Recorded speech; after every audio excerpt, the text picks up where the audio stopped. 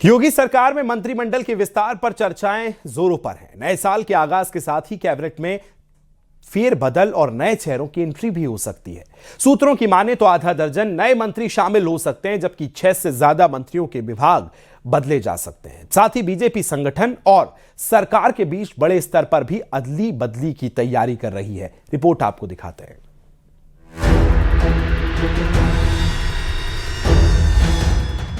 नए साल में योगी मंत्रिमंडल में विस्तार की चर्चा है। कैबिनेट में फेरबदल के साथ ही नए चेहरों की एंट्री की भी खबर है। फिलहाल योगी सरकार में कुल 54 मंत्री हैं, जबकि संवैधानिक रूप से 60 तक की जगह है, यानी 6 पद खाली हैं।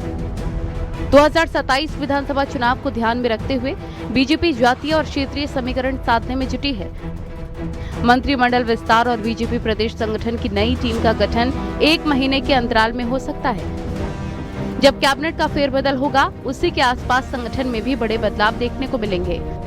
पार्टी नेतृत्व जब चाहता है और जब उचित समझता है, इस तरह के निर्णय लिए जाते हैं और ये एक सतत प्रक्रिया है। ये बदलाव सतत प्रक्रिया है।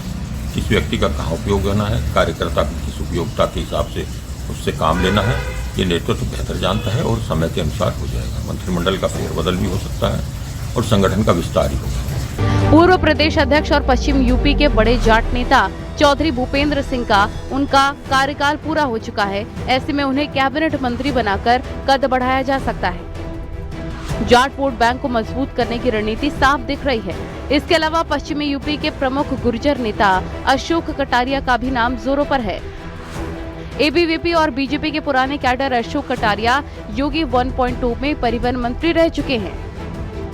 बीजेपी के प्रदेश महामंत्री और एमएलसी गोविंद नारायण शुक्ला को भी मंत्रिमंडल में जगह मिलने की संभावना है। वहीं राज्य मंत्री बलदेव औलख का कद बढ़ाने की तैयारी है। वो योगी सरकार में सिख समाज के इकलौते मंत्री हैं। उन्हें कैबिनेट रैंक देकर सिख समुदाय को साधा जा सकता है।